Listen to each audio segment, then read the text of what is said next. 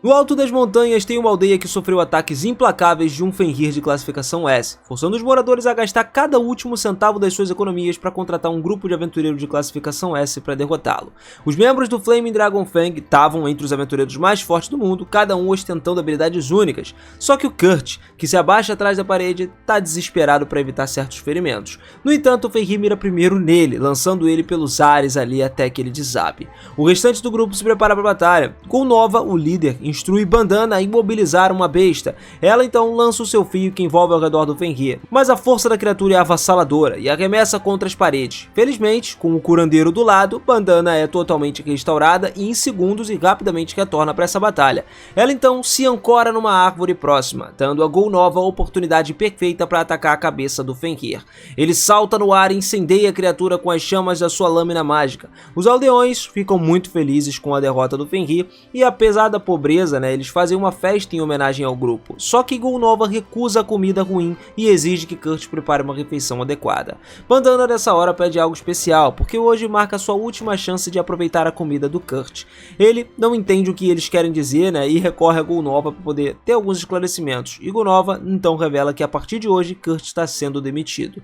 Ele ficou muito confuso, perguntando o que ele fez de errado. E Gol Nova explica que o problema não é algo que ele fez, mas sim o que ele não fez. Enquanto Kurt cuida apenas das tarefas domésticas, ele é ineficaz em combate, e como o grupo só pode ter 4 membros se quiser crescer mais forte, eles precisam substituí-lo por um mago poderoso, alguém capaz de se manter firme em combate. Kurt implora ali para ainda ficar no grupo, mas não adianta. O Gol Nova dá um chute no estômago dele, cansado de ouvir o garoto e todas as lamúrias, eles então não precisam mais dele e é isso, é definido. No dia seguinte, Kurt deixa a aldeia sozinho, sem nenhum destino em mente e com os bolsos vazios. Depois de algum tempo, ele chegou numa cidade de Samala. Agora, com as suas últimas moedas, desesperado por trabalho, ele avista uma agência de empregos e decide tentar a sorte lá. Só que a recepcionista cumprimenta ele perguntando se ele tá bem e tal, tá lá para ser contratado, se está buscando emprego, e quando ele explica que precisa de um trabalho, ela informa que tem uma entrevista e um teste de aptidão obrigatórios. Primeiro, ela pede algumas informações básicas, nome, idade, cidade natal, tudo mais, e o Kurt responde que é o Kurt Rockhunt, tem 15 anos e vem da aldeia de Rest, nas montanhas Shin. A recepcionista fica surpresa por nunca ter ouvido falar da aldeia naquele local, mas prossegue com a entrevista e pergunta sobre a experiência de trabalho. Daí o Kurt explica que ele fazia parte do Flaming Dragon Fang, embora o seu papel fosse limitado, a certas tarefas simples, e que foi demitido de repente de lá. Por isso agora ele está procurando emprego. E aí Cashel se surpreende ao descobrir que o Kurt fez parte de um grupo de classificação S, e mesmo que suas contribuições tenham sido mínimas, só de ter um nome naquele grupo listado ali na sua aplicação certamente impulsionaria suas chances de conseguir um novo emprego. Kurt fica aliviado ouvindo isso. Agora só falta completar o teste de aptidão para que Cashel possa avaliar os seus pontos fortes e fracos. Nesse mundo, aptidões são dons divinos concedidos por Deus, e se o Kurt tiver sorte ele pode descobrir um talento oculto hoje. A diferença entre cada nível é imensa. Alguém com habilidade de espada de nível D teria uma dificuldade inclusive em manejar uma lâmina, enquanto alguém do nível A poderia facilmente cortar uma pedra ali no meio, e o Kurt mal poderia esperar para poder descobrir se possui um talento oculto ou não. Sua empolgação parece radiante quando ele vê que todas as habilidades de combate listadas da sua ficha estão no nível mais baixo possível, classificação G. É evidente que ele nunca se qualificaria para um trabalho de combate, o que destrói todas as esperanças instantaneamente dele. Só que Cashel tranquiliza ele, dizendo que ele ainda pode se destacar numa habilidade comercial, como alquimia ou ferraria. Só que temos um problema. O técnico responsável por esses testes está ausente, e o Kurt teria que voltar na próxima semana para sua avaliação. Ele então diz a Cashel que ele na verdade não pode esperar tanto tempo, porque ele não tem dinheiro suficiente, ele realmente precisa de um emprego agora. Compreendendo a situação de Kurt, a Cashel então pede que ele tente levar um dos sacos de areia ali perto, e aí ele vai lá e obedece. Mas assim que ele coloca as mãos no saco, ele sente algo estranho, quase que como se a areia estivesse drenando um pouco da sua mana.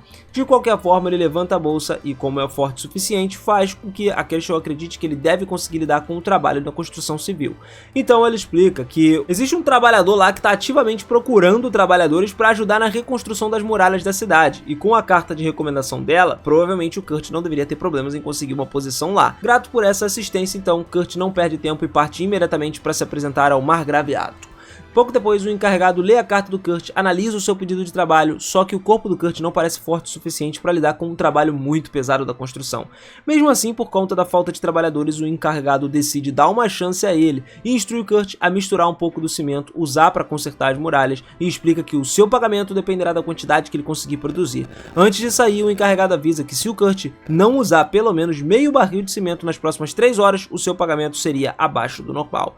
Kurt então começa a sentir vontade de fazer uma pergunta, porque o encarregado não mencionou nada sobre infundir a mana no cimento para poder tornar ele mais resistente, e ele decide ficar calado, assumindo que é um conhecimento básico esperado de todos. Mesmo assim, ele fica surpreso que a cota diária seja de apenas meio barril de cimento. Parece simples demais, então Kurt decide usar o máximo de cimento o mais rápido possível antes do encarregado voltar. Quando o encarregado retorna, ele fica surpreso, porque ele viu que o Kurt já terminou uma seção inteira na muralha. O Kurt se desculpa dizendo que poderia ter feito mais, mas ele acabou ficando sem cimento pela metade. O encarregado mal consegue acreditar que o cara realmente consertou mais de 1/3 da muralha ocidental. Curioso, ele pergunta como que o Kurt alcançou o topo, e o Kurt explica casualmente que ele simplesmente jogou o cimento para cima e usou o rolo para alisar ele. Em certas circunstâncias normais, o encarregado acusaria ele de mentir, porque esse feito parecia impossível, só que como o Kurt claramente fez o que ele dizia, não tinha como negar que ele estava dizendo a verdade. Ainda intrigado, o encarregado pergunta quanto tempo ele pretende ficar, e o Kurt responde que ele só precisa do trabalho por 1 semana. Então o encarregado sente aliviado depois disso e informa ao Kurt que ele já fez o suficiente por hoje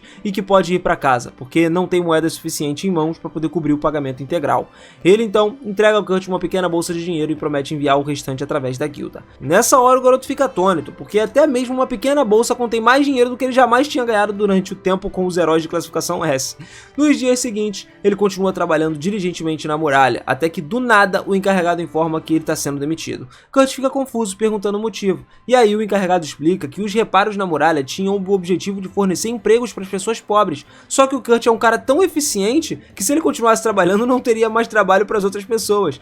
Então ele deixa claro que não guarda ressentimentos contra o Kurt e que com base no que ele viu, a habilidade do garoto é facilmente de classificação S dupla, cara, e talvez uma S tripla. Por isso, acredita-se que o Kurt estaria muito melhor trabalhando em outro lugar. Então ele entrega ao Kurt o restante do seu pagamento como compensação pela demissão e tudo mais, né? E acaba se despedindo dele. No entanto, o Kurt interpreta completamente errado a situação. Ele assume que ele foi demitido por ser um péssimo trabalhador. Então ele retorna à agência e se encontra com Cashel mais uma vez para contar que ele foi demitido e que ainda levaria alguns dias antes dos seus atributos serem avaliados.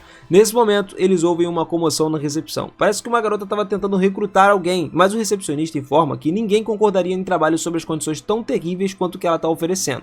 A garota continua pressionando o recepcionista ali a encontrar alguém disposto a aceitar o trabalho, chamando cada vez mais atenção pela confusão que estava causando. Cashel decide então intervir e ver o que estava acontecendo. Sua colega de trabalho explica que essa garota estava tentando contratar alguém para cavar através da montanha inexplorada, só que se recusa a fornecer qualquer pagamento adiantado, insistindo que só pagaria se a escavação fosse bem sucedida. Cashel concorda que ninguém jamais aceitaria esses termos. Ela tenta convencer a garota a procurar investidores para um financiamento do projeto, mas a jovem diz que isso não é uma opção, porque se não pagar os impostos até o final de semana, perderia a mina. Nesse momento, Kurt se aproxima e oferece para aceitar o trabalho. Ele explica que de volta à sua aldeia ele costumava ajudar na escavação das minas, então tem uma experiência razoável nisso.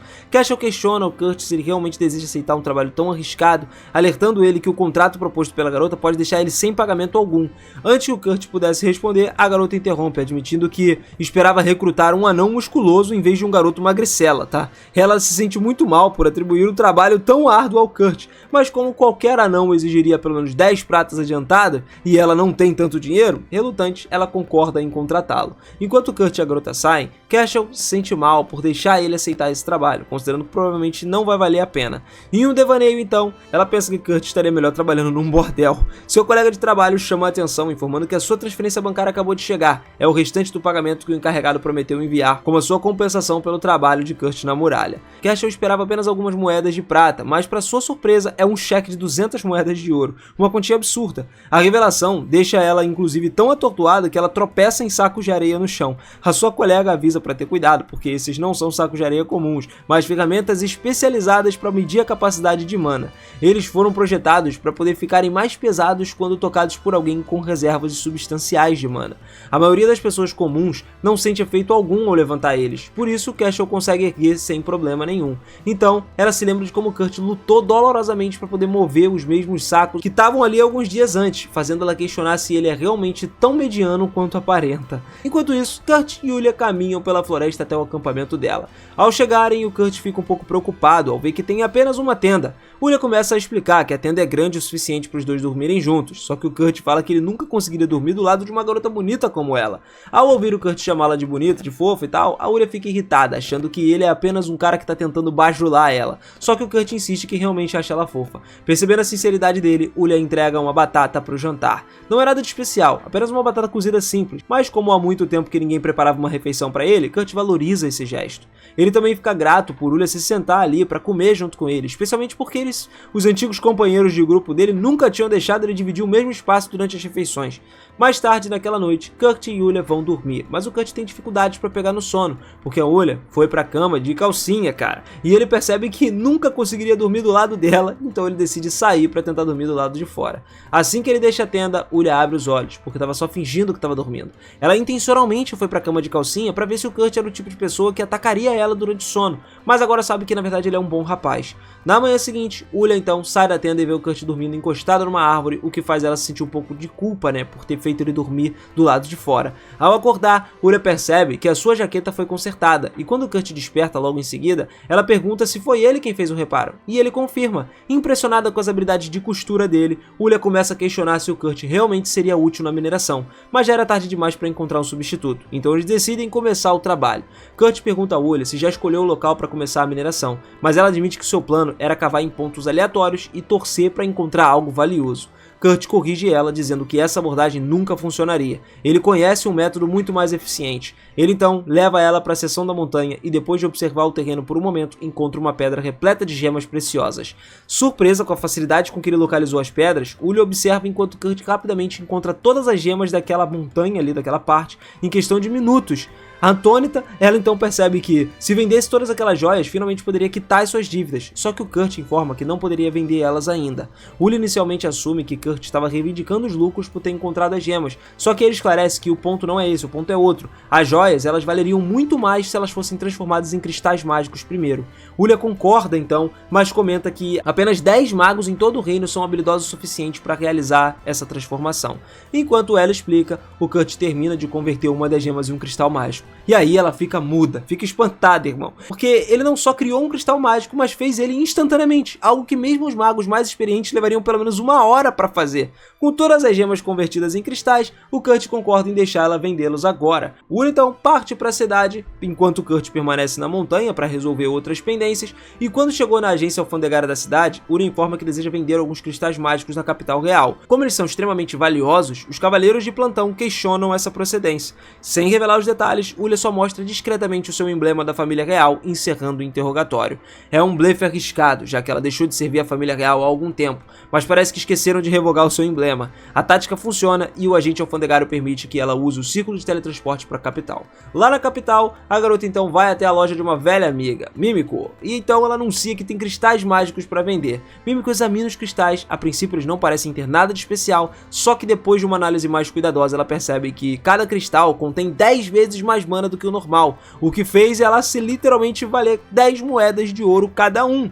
Yulia fica boquiaberta, especialmente porque o Kurt entregou 50 cristais. Mimiko, sem fazer alarde nenhum, entrega a ela uma bolsa contendo 500 moedas de ouro. A Yulia mal consegue acreditar na boa sorte que ela teve agora. Antes de partir, Mimiko impõe 2 condições importantes para ela. A primeira é que a garota concorde em vender exclusivamente aqueles cristais mágicos na sua loja, explicando que permitir que os cristais tão potentes se espalhem sem supervisão poderia resultar numa catástrofe.